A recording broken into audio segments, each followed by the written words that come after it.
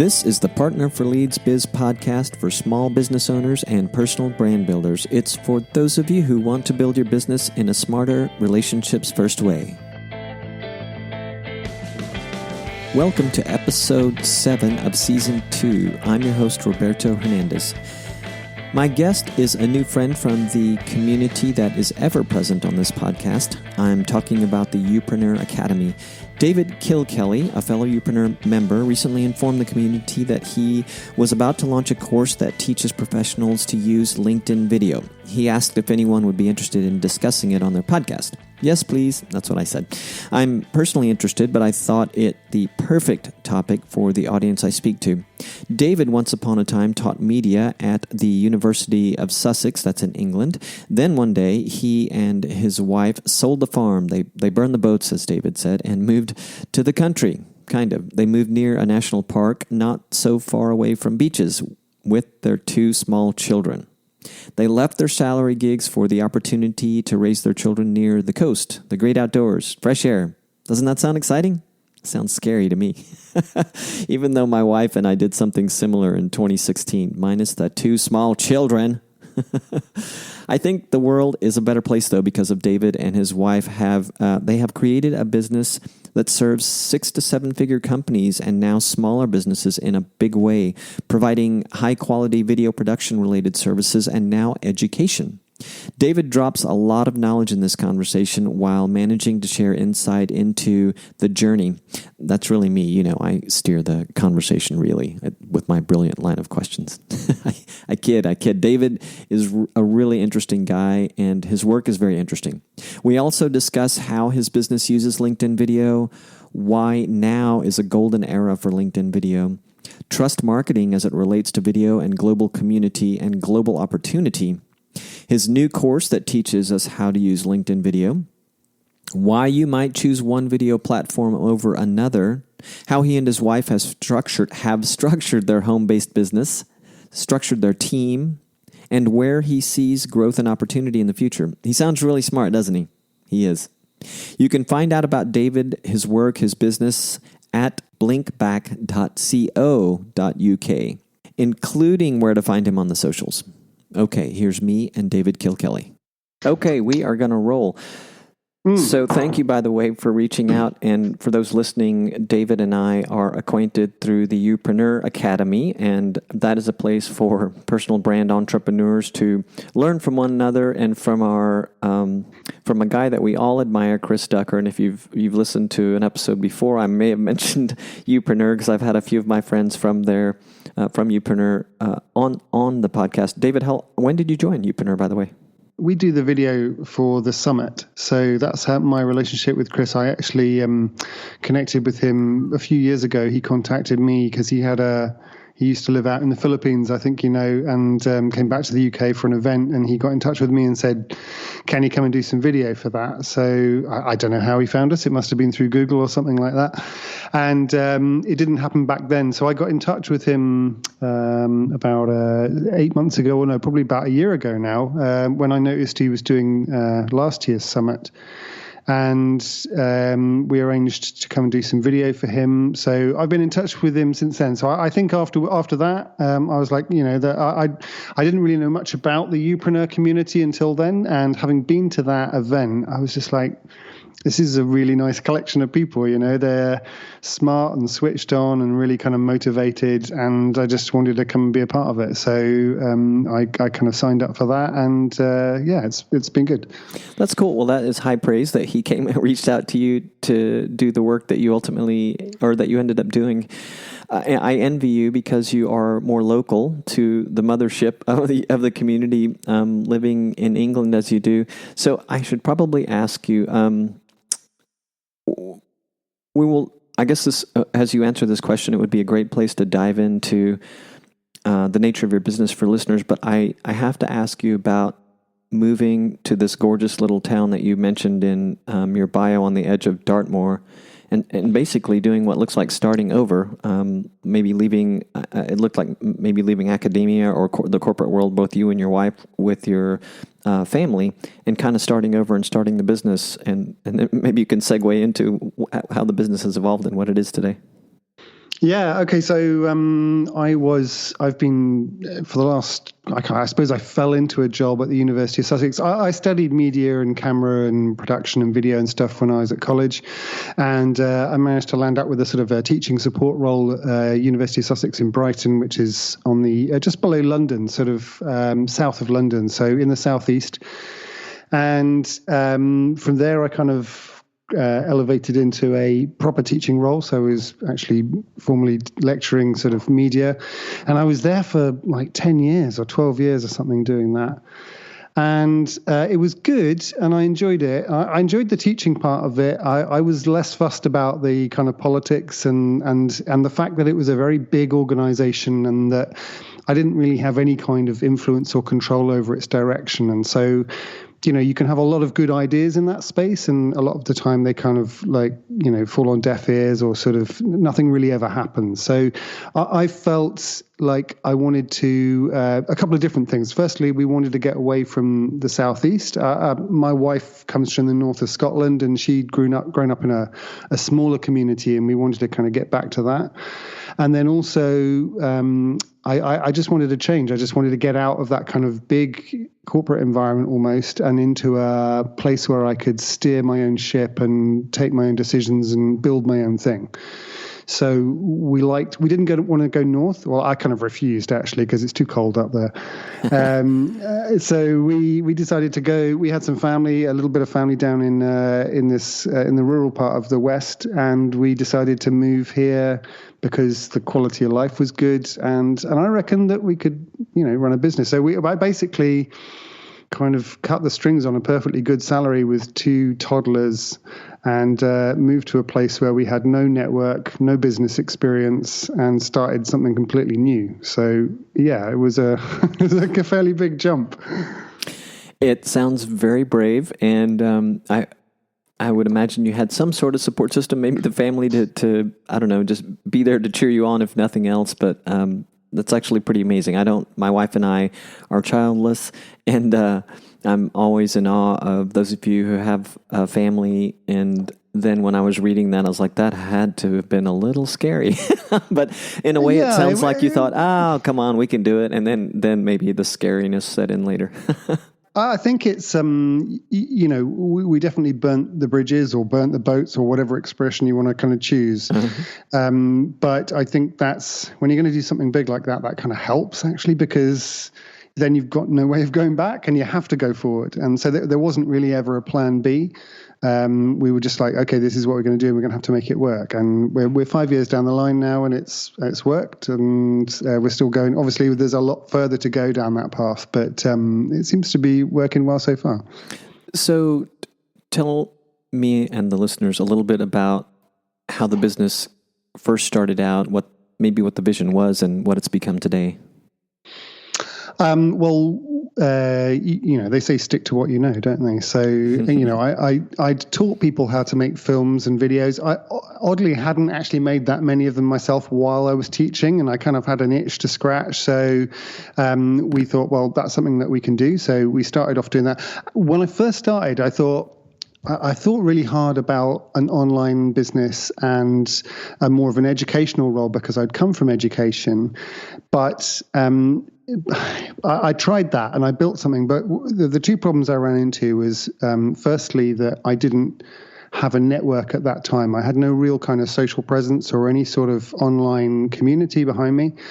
And then the second thing was that we needed to get some money into the business fast, and that was quite a steep mountain to climb. So, you know, making a dent in a essentially a global market is much harder than what I realized I could do by saying, you know, let's go out to the local market and get some local video work. So in order to get some money into the business quickly, we eventually kind of abandoned the educational component and the sort of digital component and just went with local video work. And actually that worked really well for us. And so it took us a few years then to kind of build that network and to build up the video work locally.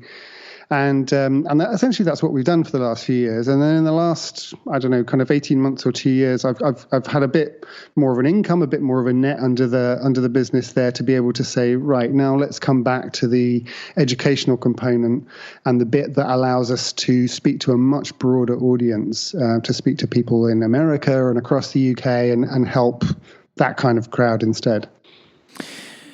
And then I suppose the topic that brought us together today had to do with a new course that you're working on at the time of this recording. Before we hit the proverbial record button, I was telling you about the publish date for this episode, which will be a little ways into the future. So I don't know if I'm going to, my listeners will kind of miss the boat on the launch of the course, but why don't you talk about it from today's perspective and what the course is? Yeah, so I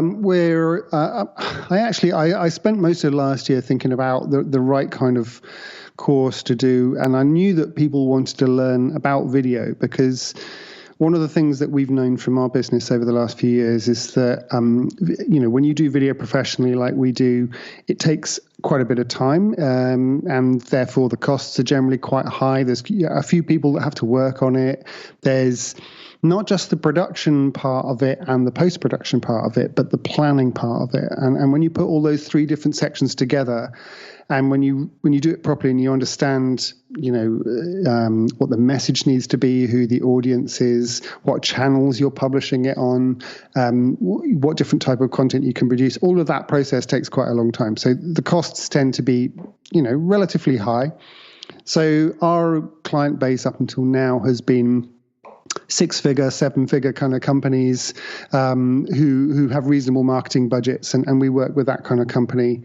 But having been in the Southwest, there's a lot of much smaller solopreneurs, freelancers, entrepreneurs, people like that who are starting out. They have smaller budgets, and what they really need is to be able to use video to communicate online through platforms like LinkedIn and YouTube and Facebook in a cost-effective way, because they need to be able to communicate really regularly. And I think that's the key with social media, that you can't throw, if you have a budget of £2,000 and you throw it all into one video, then you've spent all of that. You've got one video and great, everyone's seen that video, but then you've got no money left and no video left to keep that conversation going. So for that kind of, sort of professional, it's probably better to invest that money into maybe a bit of equipment, a bit of education, a bit of understanding about how to do it yourself, so that you can create an ongoing conversation every week, every month,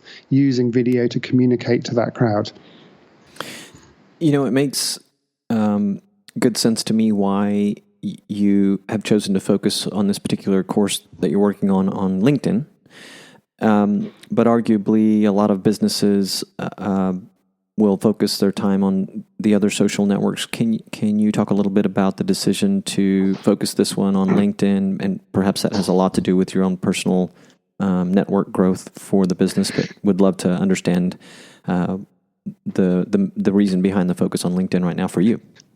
Yeah, that's a really interesting question. And to me, it seems really obvious, but I know it doesn't to a lot of people. I don't understand why more people aren't on LinkedIn, particularly in our kind of circle of business kind of contacts and network.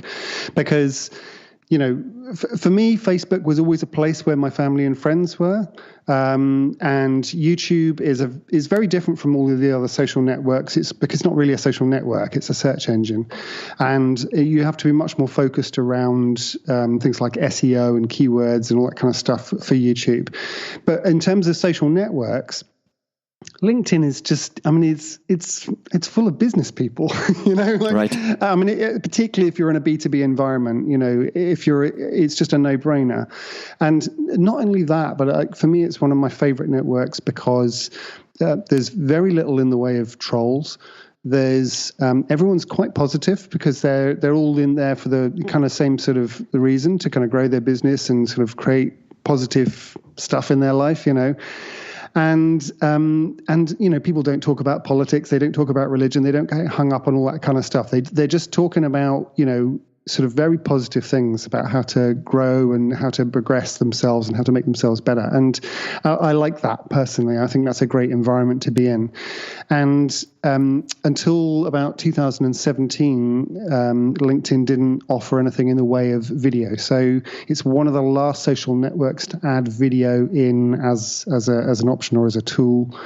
And of course, now that's a key element really for building trust. So video is one of the best mediums we have for building trust, and trust and business go hand in hand, because if you're running a business, you need to know that you can trust the people who you're working with. So that's why I think suddenly LinkedIn has leapt forward and kind of become a little bit more established and a bit more, and also I think because Microsoft bought it and there's a bit more energy in it now that they're pushing it forward and they're developing it a little bit. But I think the combination of LinkedIn with video content now is a really, really powerful kind of thing.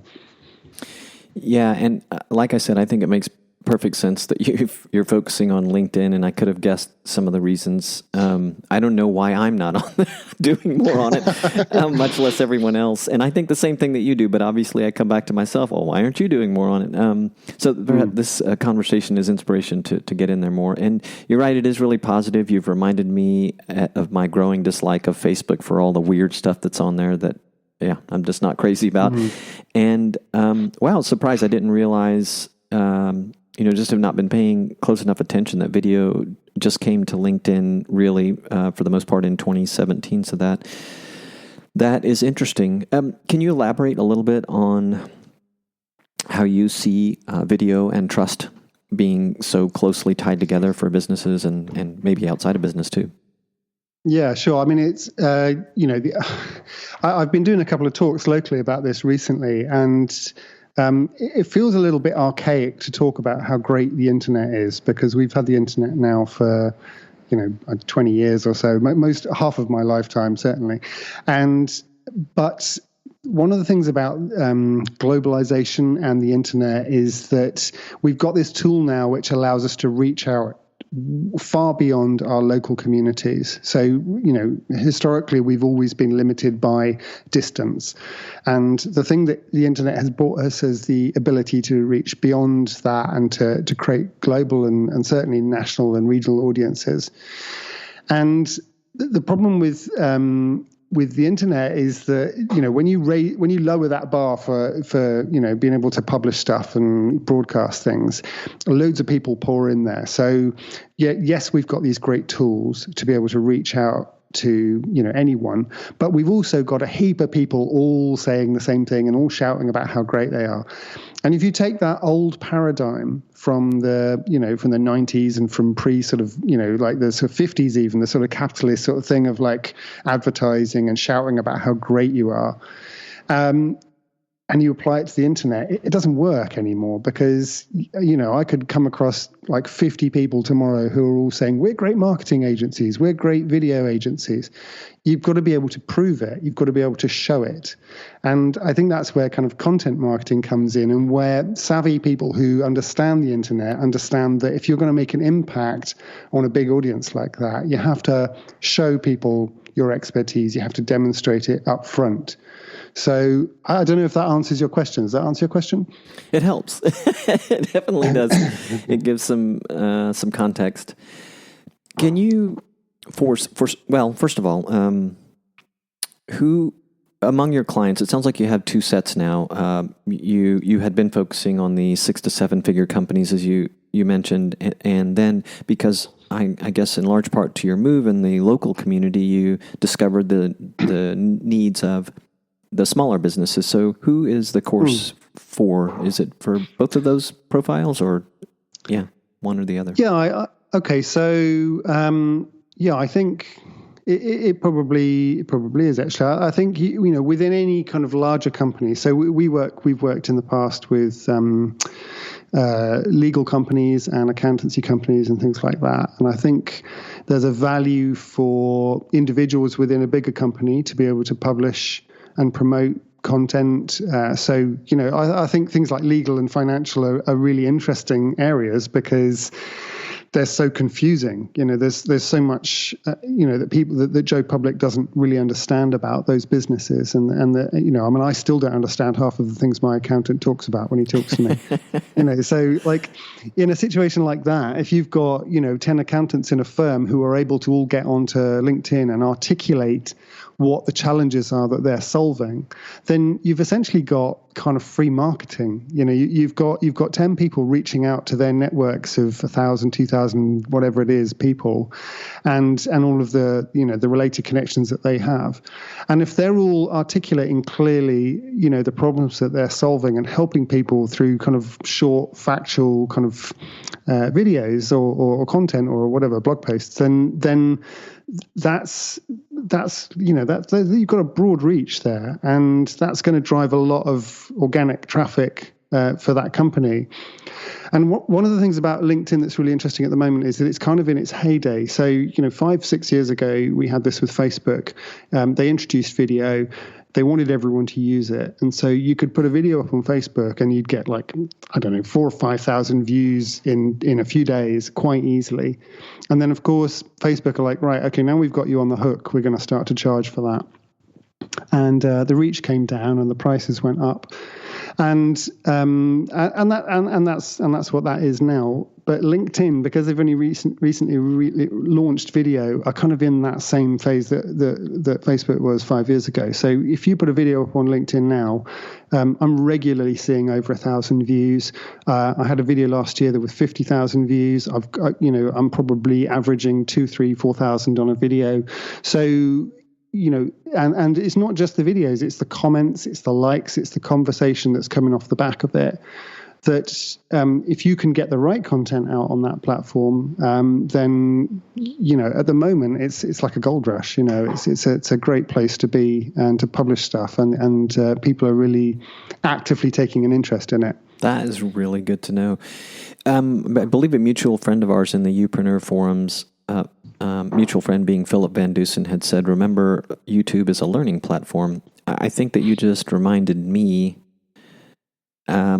that LinkedIn and many or most of the other social networks fall in that category. For me, I think Philip did nail it. For me, YouTube is probably the first place I go when I want to learn something.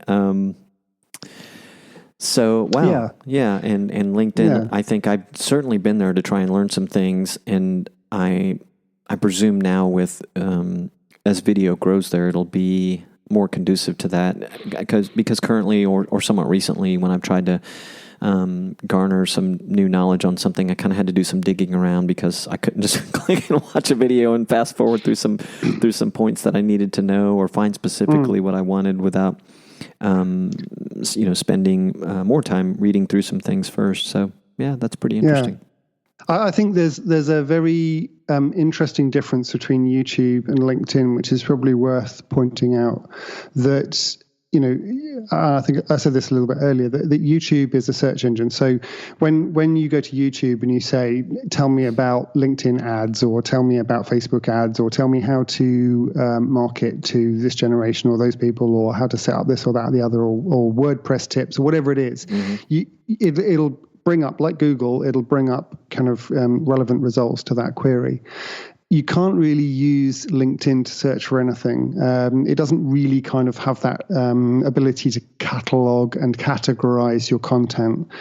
So that does change how you use LinkedIn for content. So it's probably more like a blog or like Facebook or something where people kind of they're checking in, they're there already, and they're going to see your content as a sort of a passing thing. And if you've got a good reputation, or if people understand what you do and how you can help, they will check in and watch that content.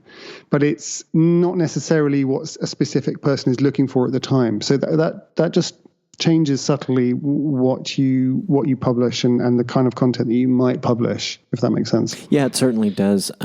Maybe I should think of it possibly more as a teaching platform on LinkedIn, because you're in a way I was going to say closed network, but that's not the right term. But you're putting your content out into your network, and granted others can see it, but it does have that blog effect or that medium type of effect where it's a passing thing. So yeah, definitely a difference. I read something rather interesting on your website that I suppose I've heard or read in other places and possibly said other ways, but I thought it would be interesting to hear your thoughts on it, and that is that on video, that YouTube might not be the best place to upload your video, and you mentioned various other platforms that have benefits depending on this or that. LinkedIn, I don't think was mentioned there. However, maybe that fits perfectly in our conversation, but can you talk a little bit about why, since we are talking about video too, can you talk a little bit about why YouTube may not necessarily be the right place, or LinkedIn may not necessarily be the right place? Okay. Well, it depends on your objective. I'm just trying to cast my mind back to that video that I produced on because it was Wistia, LinkedIn, and Vimeo, wasn't it? I think the three things that I compared in that video.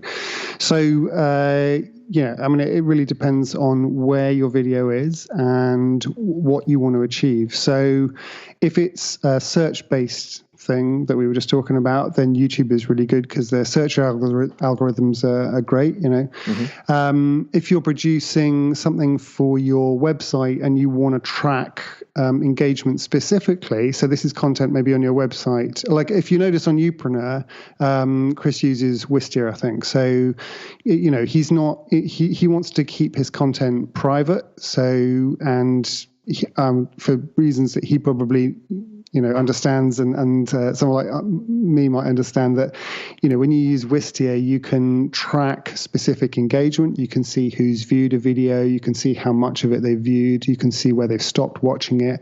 If you link it to an email database, when you sent out an email, you can actually see which specific email contacts have watched parts of your video, and you can attribute the IP addresses to email addresses. So it's really clever. If you're building an audience or building a community, probably YouTube is better for those reasons. And if you're doing search-based content, Vimeo is very much a kind of creative platform. So if you're a creator or a filmmaker and you're creating a lot of very bespoke content, then you can build an audience there. And there's more subtle differences to do with embedding and things like that. So recently, YouTube removed the ability. At the end of every YouTube video, you get recommended videos, right? Which and you used to be able to switch that off when you embed a YouTube video on your website. And recently, they took that option away. So now, if you've got a YouTube video embedded on your website, other people's recommended videos come up at the end of your video. And what that means is that you're potentially directing people away from your website because they might go off and watch some other video on YouTube. I have to ask you a question about this now that you brought it up, because a client had asked me about this, and I'm like, I get that. That's annoying. So let me look into it. And I'd gathered that they had an easy to choose option, but there is still an option, hopefully still is, to, I don't want to say code, it kind of is, there's a command that you can put in with the embed code to say don't play recommendations. Do you know if that's true still, or? I don't know if that's true. It's quite possible, because when you get into coding, you can pretty much do anything you want. I suppose I was just talking from the very kind of basic consumer side of it. I would be interested to find out if there was a way around it. But again, you've got to know a little bit about your kind of coding and stuff to navigate that. I'm going to share that little tip with you after we're done, and you can let me know what you find out. I'd be interested to find out about it. But, there's subtle differences like that. So you've just got to look into the platform and figure out which one's best for you. And again, LinkedIn, you can't really embed that video on your site or do anything else with it. So, those are the limitations there. Yeah. So I realized that the answer to this question may be expired depending on when I decide to publish this. We were discussing about the future publish date, bringing that up again. But when, and by the way, because of what I'm about to ask you, perhaps I'll make this available, if nothing else, on a limited basis to a membership that I manage. So at least they could benefit from it, and you could too. But when is the what's going on with the course? Is it about to be released, or is it already released? No, yeah, it's about to be released. I think by the time you get this out, it'll be live. We're launching kind of mid-May Okay. 2019, so it'll be out. We've got a short launch sequence where we're offering a small discount, and after that, it'll just be available for everybody. But yeah, I mean, if you've got a community, let's talk about it. Yeah, for sure. Okay, mid-May, good to know. And I would like to watch for that to at least inform the community about it. And then perhaps I can make this, it'll be available to the public. I just won't push it out as I normally would. But I may make it available or apprise the membership community about it right away. So, yeah, sure. So the business, going back to your business, am I correct in that this business has formally been around for less than 24 months now? Is that right? The video company that we run is 5 years old this year. Oh, wow. Amazing. Okay. It was way off.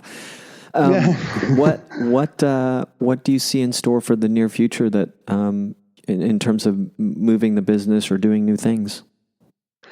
We've got our existing audience that we have and our existing client base. Like I said, we're opening up a new sort of component this year with the educational stuff. For me, it's a challenge because video companies historically tend to work locally because you've got to rock up with a camera somewhere and kind of film what needs to be filmed. And so if someone wants us to come and do some work in Scotland, that's fine. But it's difficult for us to be competitive when we've got all those travel costs and stuff to put on top of it. So, I mean, I have an idea about building a network of freelancers, and that could be in the States. It could be, global, because we live in a really connected world now, and there's platforms where we can find kind of creators and all sorts of things. So for us, there is potential in the future to build a much more decentralized kind of business where we maybe use freelance camera people around the place to collect the media, and then we can do the strategy and the edit and all that kind of stuff around it. So that's one idea. But I mean, that's one of the great things I love about running my business, which is what I said right back at the beginning, is that you're living in that creative spark all the time, and there's always something to think about and a way to develop it. And I think particularly with media and social media, that it's such a fast shifting landscape that you've got to be responding to that really quickly. And what works now won't work in 12 months, and what worked 12 months ago doesn't work now. Yeah. I'm interested to ask, since you're talking about the idea of doing the freelancers, how is the company structured currently? Have you, and is your wife your business partner? Yeah, that's okay. Right. Yeah. How's the company structured now? Have the two of you been able to manage most of things, or do you have a distributed a kind of team that works with you? I'm trying to think of the right word, but it's a more like a virtual team that works with you on various projects. It's kind of like how I just explained, but just at a smaller level. So for the most part, we manage, we do the creative and the project management stuff within the business. Mm-hmm. The two of us. We also have a couple of freelance camera guys when we get busy. We have an animator, so we can do animations and sort of digital graphics and stuff. We have another guy in Germany who was an intern here for a while, who is now kind of continuing to do some sort of After Effects and bits and editing and bits and pieces for us. So yeah, we have this kind of growing remote network of people. And to be honest, that's the way I like to keep it. I get to work from home. My commute is down 10 sets of stairs, one set of stairs with 10 steps on it. And I get to live on the edge of Dartmoor and go for walks. And, I think that's the way it's going. I think these kind of big agencies with massive overheads are going to find it hard going forwards, because more and more people are choosing to work and make use of digital technology and the internet and stuff to do that. Yeah, and to be with their families like you are, clearly. Yeah, absolutely. Yeah, watch my kids grow up. Yeah. So to get an idea, a little bit off topic, but to get an idea of where you moved to, are you at the edge of a national park and yet not far from beaches? Yeah. And did you manage to pick all that up from my website and online and stuff? Youpreneur profile, baby. He's got like a map right there. So I'm like, I don't really know England that well. So I'm gonna look. And you mentioned the beach, and I'm looking at. Well, I'm like, well, that looks like a park reserve or something. Well, that's kind of cool. We kind of share. In a way, our home geographies are not too dissimilar. I'm in the tropics, however, but we're in a beach community, and when I look out, it looks like I'm surrounded by jungle. Yeah, yes, we're outside of about an hour and a half outside of Panama City, and everything between Panama City and the other end of the country is considered the interior.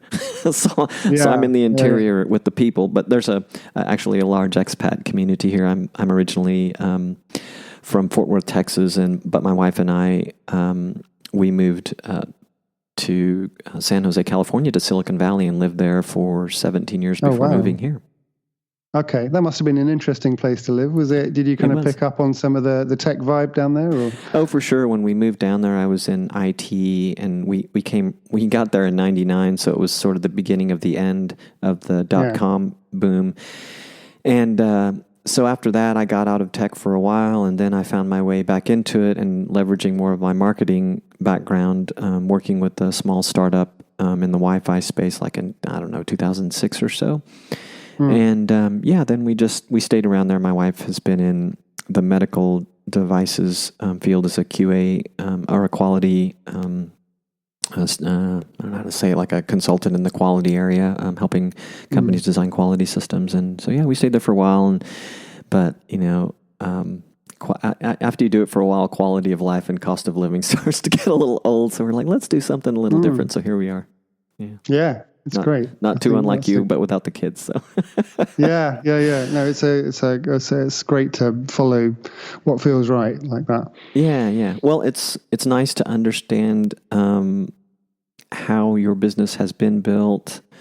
I suppose a closing question that would be interesting would be with the whole move aside, and it sounds like that was cakewalk for you and your wife, but with the whole burning the ships, as you said, and the move aside, what has been the most challenging part of the journey during this 5-year period that you've had your business? That's probably fairly easy to answer, actually. The model for our business is at the moment quite stressful. So, it's very much a roller coaster. So because our clients are, we work on a project basis. So we're not like a marketing company who is able to take on a client and say, okay, we'll do you, $2 or $3 grand's worth of work every month for the next 12 months. And you get one of those clients, and then you get another one. And then suddenly you've got like 10 grand a month coming in, and then you've got 20, and then you can employ some people to do the smaller jobs, and you can kind of build your business up. And I've seen marketing companies around us locally in the same time that we've been around, go from 2 to 10 members of staff quite quickly. Mm-hmm. For a project-based business like us, we quite often will do a project for a reasonable amount of money for one client, but then they kind of feel like they've got their piece of content that they put on their site that tells everyone what they do, and they don't necessarily come back to us for sometimes even 2 or 3 years, if at all. So we're constantly on the sales cycle, and we're selling quite high ticket kind of value stuff. And that's quite a challenge. And what it means is that if you've got a client that's worth 10 or 12 grand, that you can put a lot of money into kind of trying to win that contract, and then if you don't win it, it's like a fairly devastating blow. You've got kind of that's maybe like a tenth or a quarter or a fifth or whatever it is of your kind of like annual income in one go, sort of thing. So and that's okay, but that's the way, that's the model of the business, and that's the nature of the kind of project-based medium to high-end content business that we're running. So, one of the big pushes around kind of introducing educational elements at the lower end is that we can have a bit more consistency, that it's more of a transactional thing, that we can build things like funnels and Facebook ads and things like that will hopefully deliver things a little bit more consistently, and not have that kind of roller coaster effect where everything revolves around 1 or 2 really important contracts. Yeah, I'm really excited for you with the educational element, for the potential that it has to pull you to relieve the stress of the chronic sales cycle style, lifestyle that the business has right now. So I hope you have wild success. And, I was thinking I would probably be doing a great service to listeners if I asked you about working so near your family all the time, and specifically the kids. Do you have any tips for other entrepreneurs who have little ones at home with them, and how to have proper boundaries and balance your time and all that good stuff so that you can get the work done when it needs to be done, and you can have the focus time you have and need when you do? I've got a really great wife.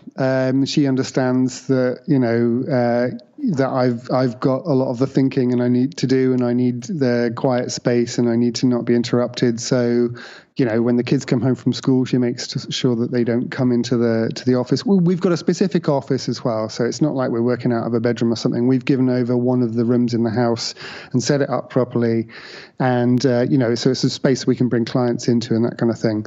And the kids just, from the beginning, we've made it clear that they can't come in here. They do actually sometimes anyway, but make a video appearance. Just kidding. But yeah, I know they know if they come in and I'm on the phone, they just leave straight away. So it's just about kind of setting some boundaries and some habits and stuff. But it's also really great because I can go and pick them up from school, or we can I can sort of when I come down for a coffee break or whatever, I can see them, and it's okay. It's nice. It's like, and the best thing is that I'm not commuting, because I think that's such a huge suck on people's time. We used to live in Brighton, which is a commuting town for London, but it's about an hour on the train to get there. And especially when we had small children, I knew people who would get on the train at 6:30 or 7:00 in the morning before their kids woke up, and they wouldn't get back from London until 8:00 in the evening after their kids went to bed. And so they literally wouldn't see their children from Monday through until Friday or even Saturday.